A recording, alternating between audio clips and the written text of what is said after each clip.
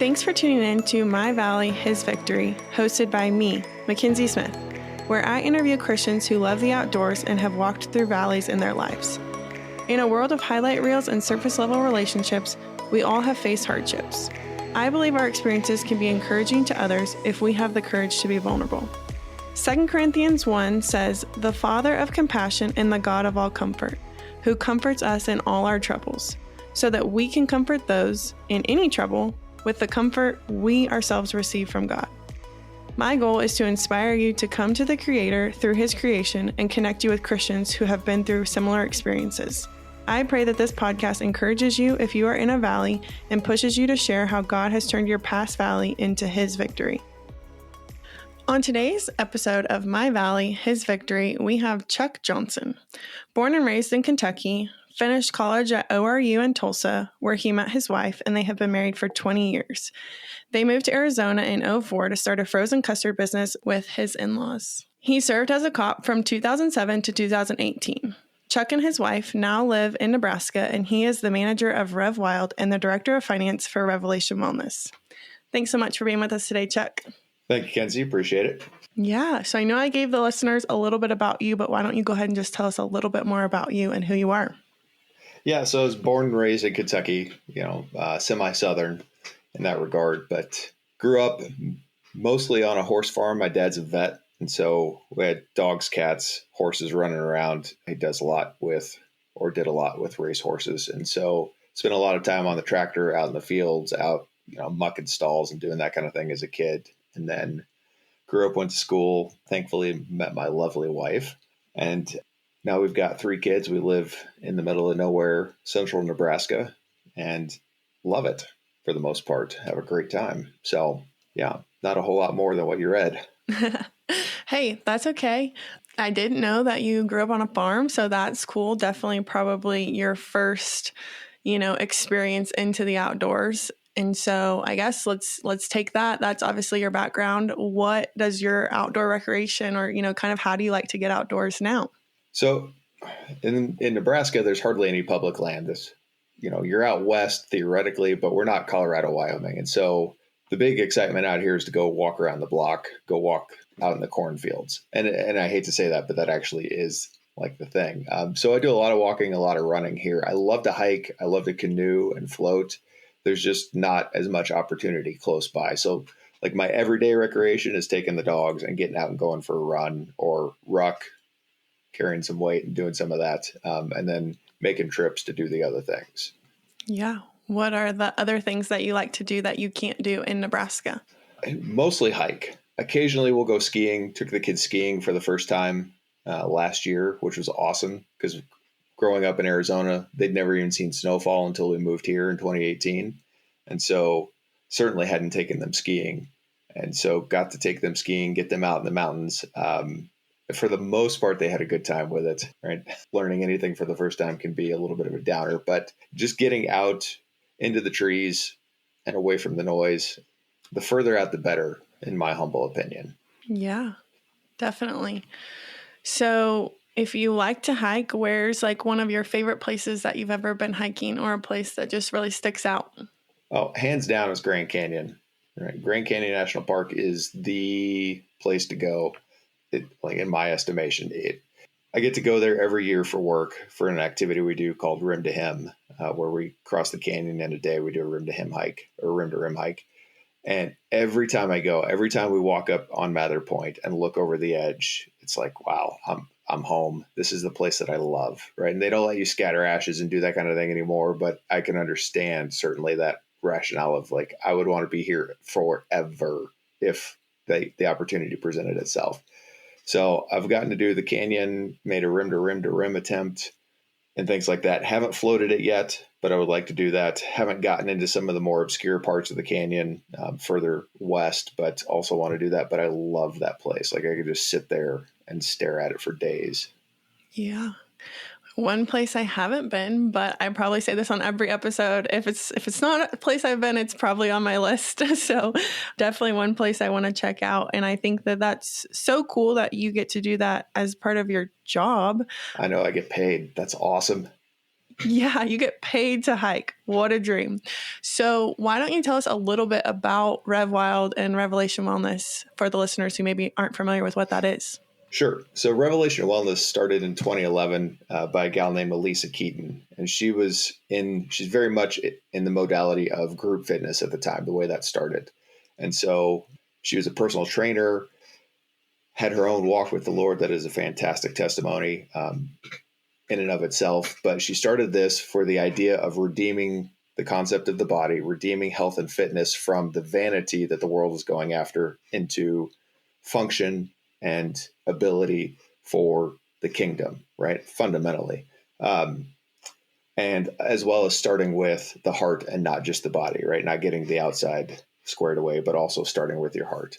And so the Grand Canyon started as a fundraising trip. We get the permits, and I think they did the first hike in 2013. And they just it's a one-day hike across from South Rim to North Rim or North Rim to South Rim, and there's a corresponding fundraising goal. And so it's an 8-week training plan where we'll give you weekly hikes for distance, elevation gain, time on feet, recommended workouts, the whole kit and caboodle to get you ready for the canyon. And I did it the first time in 2016 and got out there and I was like, oh, this is amazing. I'm hooked, right? Never been there. I don't think I'd even been there prior to that. Did the hike just as a participant. I was like, wow, this is phenomenal. Because we lived in Phoenix, it's easy to train and that kind of thing. Like, hey, you want to come back in 2017 as a shepherd? So yeah, absolutely. Get to volunteer, come back, do that again. And that started the journey into us looking into outdoor activities as a good complement for like the fitness things, because it's still about the heart. It's still about the body. The entire concept of calling it Rim to Him is to go below the rim and encounter the creator of the canyon, not just cross the canyon, right? So we're not just checking the box of, oh, I did the thing and it's a hard grinding hike, which it is. But in the bottom, like the goal is to meet the Lord down there. And so that was kind of what spurred on the whole Rev Wild concept, taking it into the outdoors. And so now we've got an outdoor leadership program that we've developed. And we've done a few other hikes in other national parks and national forests and that kind of thing. So it kind of spurred out of this Grand Canyon thing from back in the day. Yeah, I love everything about that. And I feel like I, share a little bit about that on my social media and try to focus on fitness from a capacity of, it's not necessarily about what you look like, but the activities and the things that you get to do and, just the longevity of your life. Absolutely. It's about stewarding the temple. Yeah. Exactly. Right. If it's the temple of the Holy Spirit, it's about the stewardship of the temple and not, the Instagram likes. Yeah. For sure. And it's one of those things where if you feel good, then you're healthy as you can be in body. You're going to be healthier in spirit, right? And so I think that that's just something that a lot of people overlook sometimes is their health journey. But it's 100%. Like your body and your mind are very much connected. And I think the better you feel in your body, the better you're going to feel mentally and vice versa. Yep, that's absolutely right. So definitely love everything that you guys stand for, and especially just adding the outdoor piece to that is even, just right up my alley. And so whenever Devin, who was the one who told me about Rev Wild and then connected me and you, I was like, man, I am so excited about this. I didn't know that something like this existed, and how can I get connected and how can I be a part of it? So definitely feel like our visions are so much aligned and love everything you guys are doing. So keep it up. Absolutely. So I know you touched on it a little bit with the Rim to Rim hike and kind of how that connects to the creator, but would love for you to share how your outdoor recreation connects you with God. Yeah. So mine is really simplistic as a kid, right? In my, teens and 20s, from my perspective, that's still a kid now. That tells you how old I am. But you look at, you'd sit down and you'd go and read the Bible and you're like, okay, it's a thing to do. And you feel like, I've got other stuff, and all the things where your mind goes while you're trying to study, and you feel like it's a grind and you feel fidgety and all of that. And so where I started was like, I need something to do, right? I would go for a drive sometimes because that's easy to take your mind off things. And also, especially when we moved to Arizona and lived along a canal, you could go for a walk on the canal. And so that gave me something to take the fidget out fundamentally, like take my mind off of not being able to do something and just trying to sit still. And then I could kind of begin to process what's going on in my head, what's going on in my heart.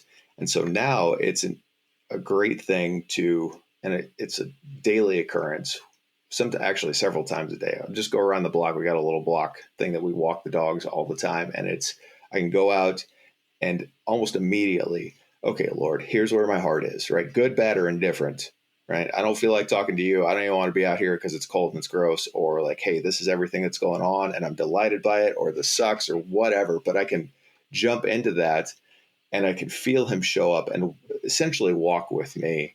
And I could talk all the things out that are going on. And by the time I get back, like if my countenance was down when I started, it is definitely different when I get back. And it's not theoretically, it's not the outside that does that. It's him, but that's the venue that it's easiest for me to consistently connect, because I'm not sitting here staring at a wall thinking about all the things, looking around the house, getting distracted by the clutter that 3 children leave and that kind of thing. And so when you get out there, it's easier to just kind of push all that aside and focus for a little bit.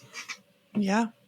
I love that. And I love that that is something that you add to your everyday journey, even if it's just a quick walk around the block. But it's, being able to process those things and being able to just like kind of check in with God. I feel like sometimes we don't make that a priority. It's like, yes, maybe sometimes we do read our Bible, but do we actually like check in and be like, hey, like this is where my heart is today. Can you help me with this?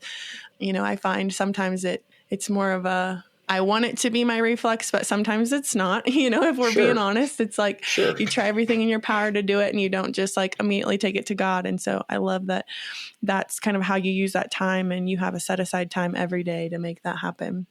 So do you have a story that you could share about a way in which God revealed himself to you through the outdoors? Sure. Again, goes back to the Grand Canyon. It might be one of the reasons it's one of my favorite places. Right. The first year I was leading.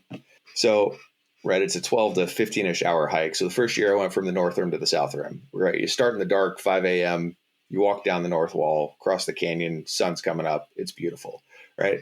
Next year, going the other direction. So headed up the North Wall, late afternoon and sundown. So I'd never seen this place in the daylight.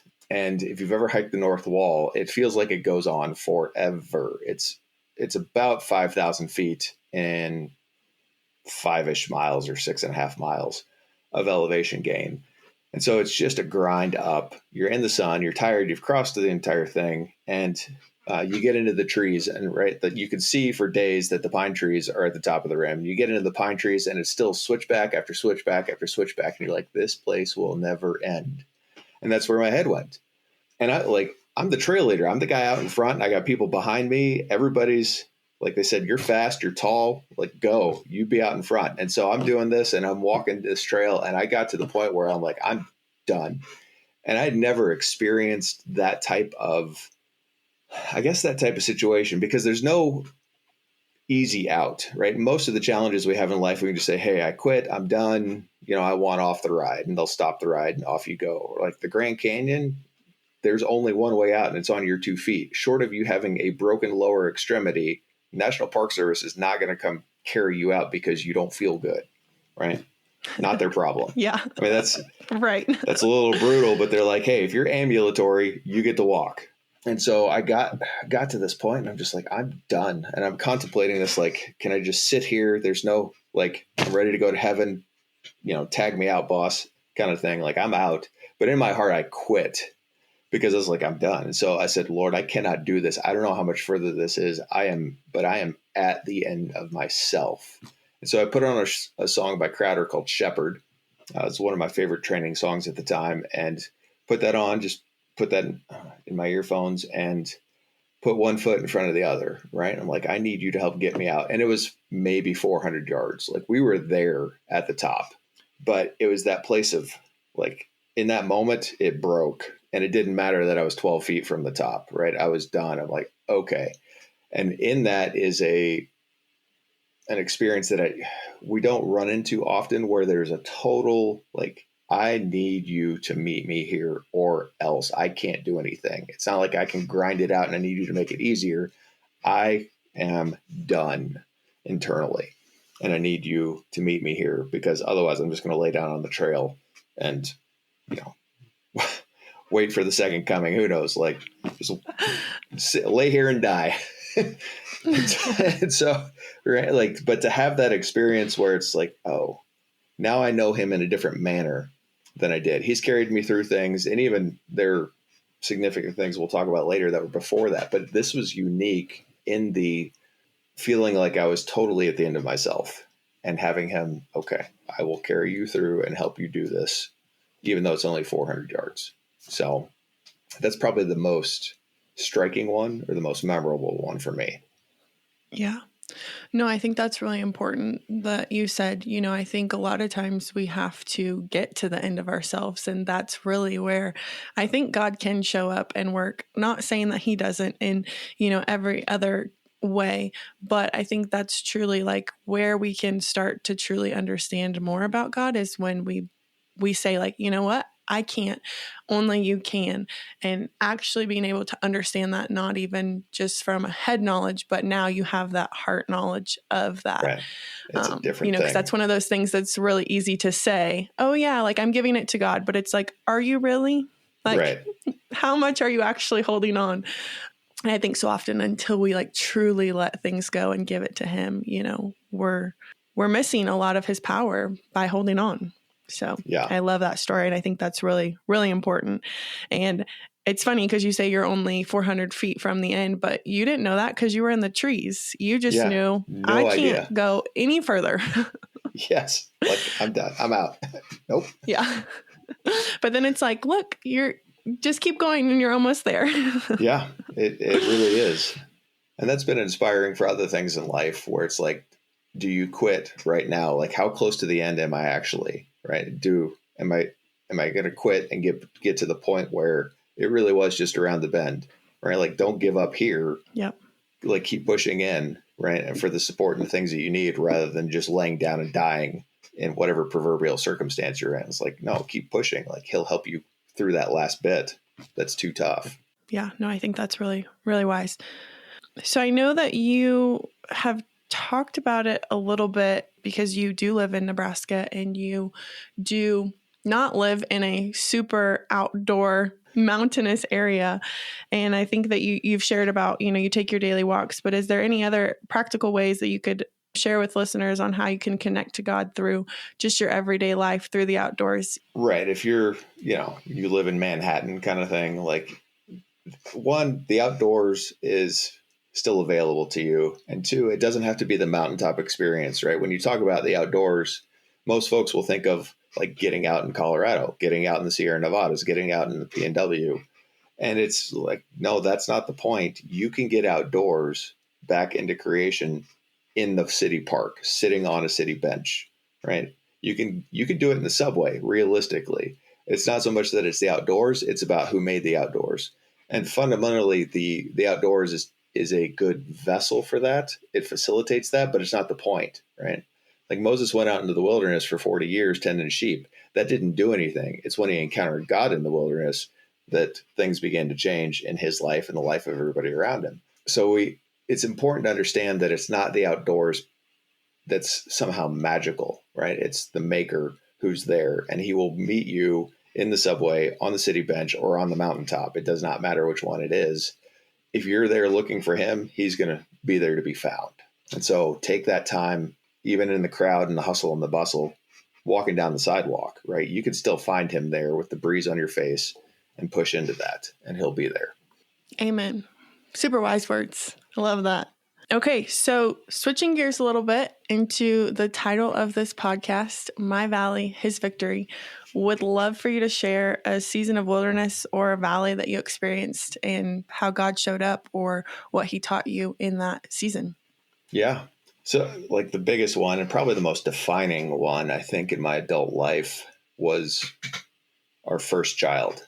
So we've got 3, but technically we have 4. And so, which tells you that there's obviously a story there. So our first child was born in October of 05. Yeah, it was October of 2005. And so pregnancy was pretty normal. We decided that we're going to do home birth, and all 4 of our kids were born at home with a midwife. So pregnancy went really well. We had an ultrasound but it was with a guy who would come to your house and do it. And then he would send it off and have a radiologist read it, which is like cool because the family could come. It's not just the two of you there. Everybody gets to see the ultrasound attached to the TV. Awesome. So he does that. And the entire time he's there, I have this sinking feeling in my stomach, like something is wrong. Something's off. I know this isn't like this. Something's not right. But what did I do as a 24, 25-year-old kid, right, who believes in God? Like, oh, God is good. He'll take care of it, right? He doesn't let bad things happen to his kids. And I remember having this conversation in my head about that. Like, it'll be fine. God will work it out. And in hindsight, I'm like, okay, you can see where this is going, but there's such naivety in that posture because he's talking to me at the moment and saying like, hey, you need to push into this. You need to look into this. So fast forward, rest of pregnancy went really well. She was born October 10th, 2005. Delivery went well. Everything was great and by the book until we cut the cord. Cut the umbilical cord, and all of a sudden, APGAR score starts to fall. She can't breathe. Midwife's busting out the oxygen. We're calling 911. Oh, crap. Now what do we do? Fire department's less than a mile away. We can see them from our house. Those guys show up. Phenomenal dudes. Start working my girl. And her name's Alyssa Abigail. And so they take her and we pile in the car. They're going to call a helicopter. We pile in the car. We're headed downtown Phoenix. So we're out on the west side. So we're like 30-ish, 35 miles from the hospital that we're going to.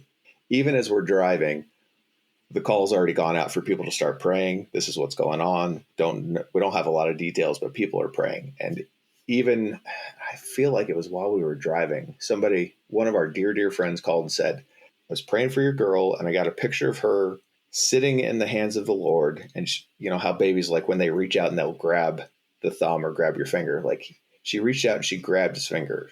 And for us at the moment, that was very comforting. It's like, okay, he's got her. We didn't have a full picture of what that was actually like, but kept driving, racing downtown, pull into the hospital, and I see the helicopter land. And I'm like, that's weird because I'm in a car and that's a helicopter.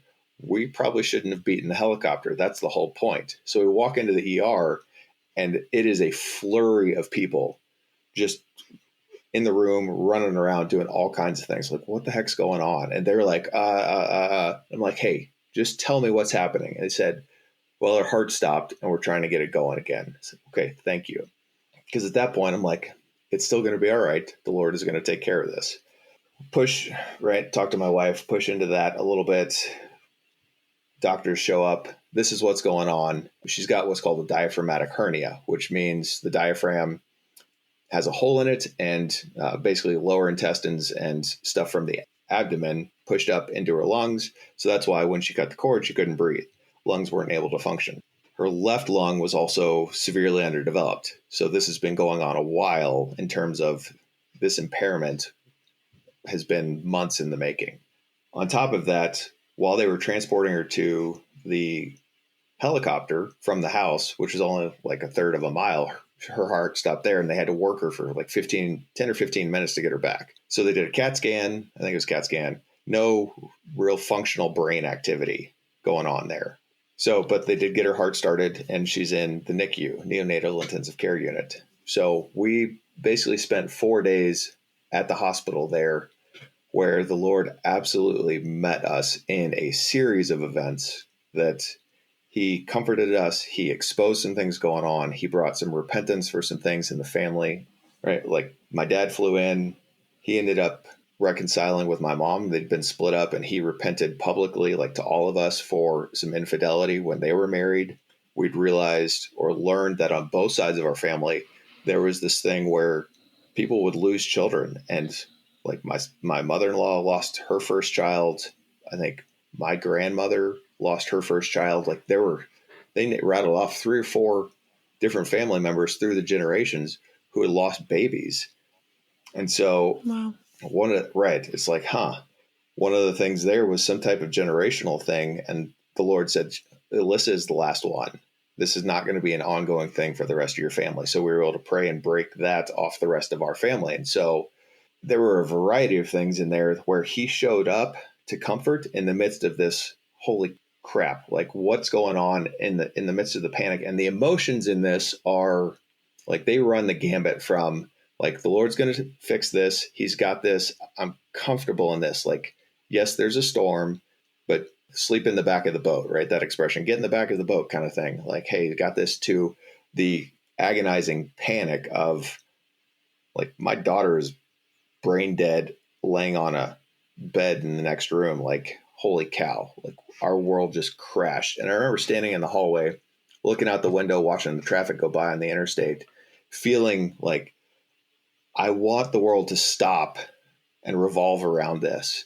And this kind of self-pity focused thing. And it's even in there was correction of like, the world is not able to stop for you. The world does not revolve around you. Like, but I've got you, right? The Lord has got you, but it's not everybody else's problem. The other 8 billion people on the planet don't need to stop because your world has fallen apart, but I've got you. Okay. So we work through these series of events, and our entire time, the prayer is like for restoration, and all kinds of faithful people we've called to pray, and who have ministered these various things to us in the process around family restoration, generational stuff, all these different things. And I called my pastor from Kentucky, gave him an update, and he said, I was praying for your girl this morning. Here's what the Lord said. He said, her body belongs to the earth. She's with me. Her body belongs to the earth. It's time to let her go. It's like, oh, right. So then you look back and you're like, oh, her heart stops like 10 minutes after we cut the cord while they're working on her. She's in the hands of the Lord. Like, that's not a figurative picture. That's she's with me, right? She's here with me. Oh, okay. Now that settles some things. Like, all right, kind of like David when his son died with Bathsheba, right? Like, ultimately, I'm going to go to him.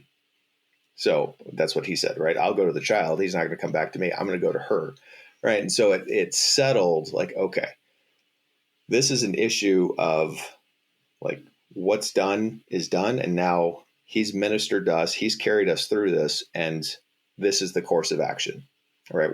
He's not going to send her back. She's over there with him, and that's fine. And we'll catch up. And so that's what we did. And that was a tough thing to tell them, like, hey, all right, it's time to take her off the life support, off the ventilator and all the things, and have a funeral for your, essentially 4-day-old child. But in that, as much grief as there was commensurate levels of comfort, right? I don't walk through life. My wife doesn't walk through life. We talk about this. She talks about this in a leadership class that she teaches twice a year. We don't walk through life with the gaping hole because of the comfort that we experience in the process.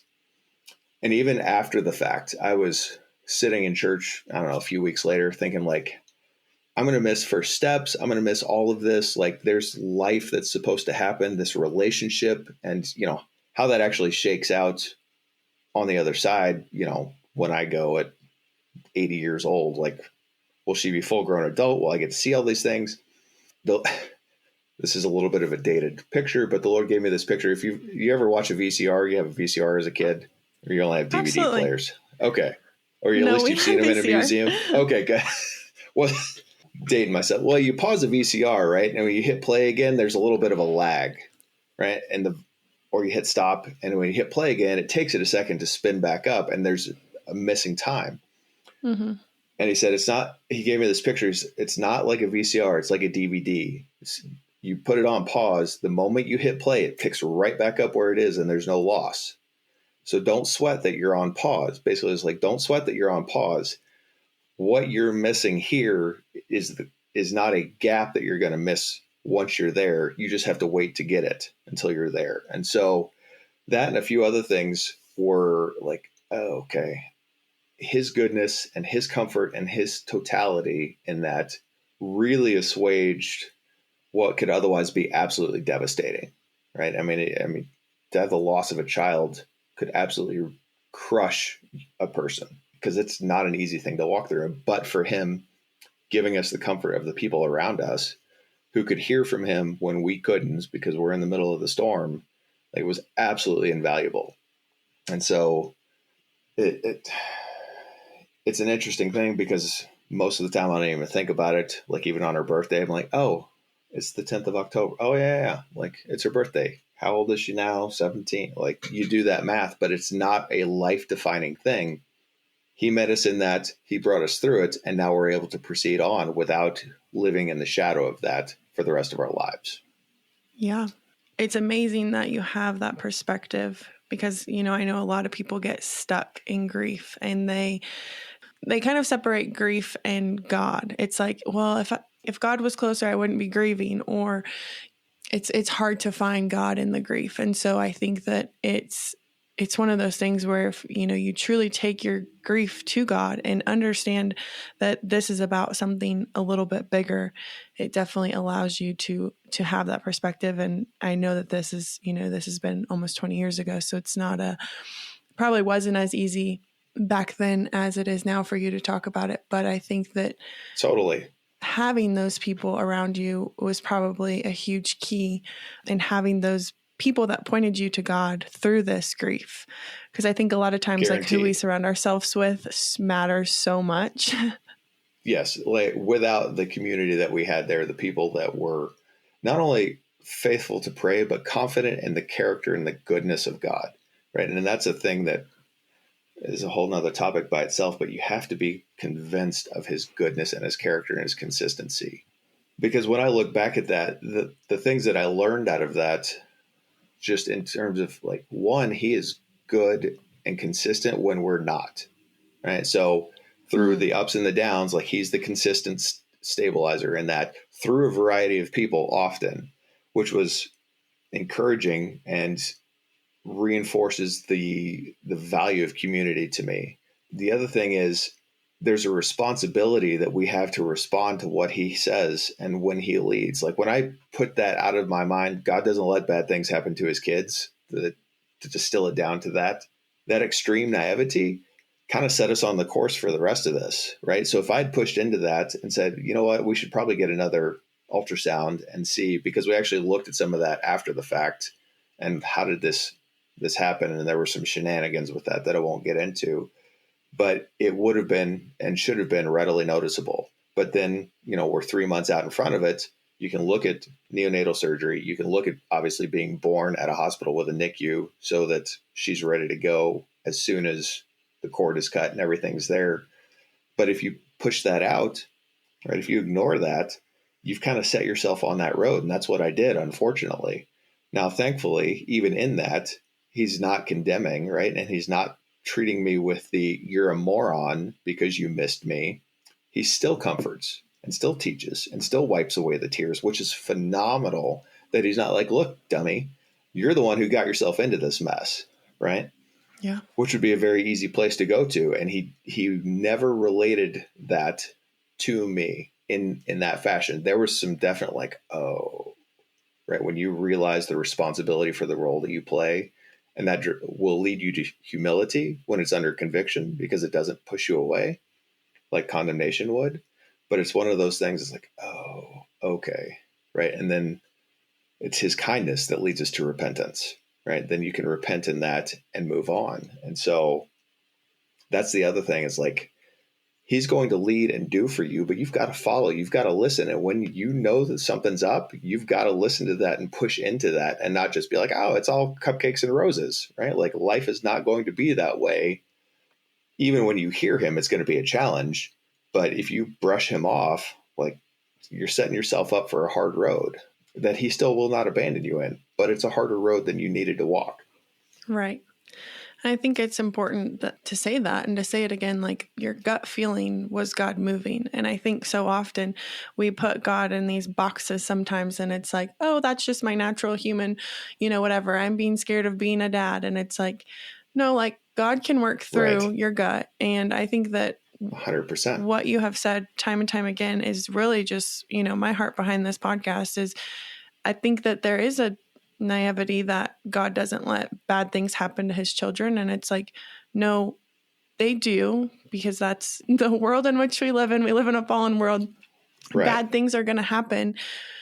But it's what you do in those seasons and in those hard times. And, you turned to God, you were surrounded by believers, you took everything to God instead of, where most people could walk away from God and be like, God, how could you let this happen? And it's like stories like this, seeing how God can work through something so tragic and still maintaining everything about his character, really is just why, I'm trying to put these stories together for people is we need to know that it's not all butterflies and rainbows, and that, there is going to be hard times and there are going to be tragic things that happen, but it doesn't change who God is. 100%. He is consistent. Yeah.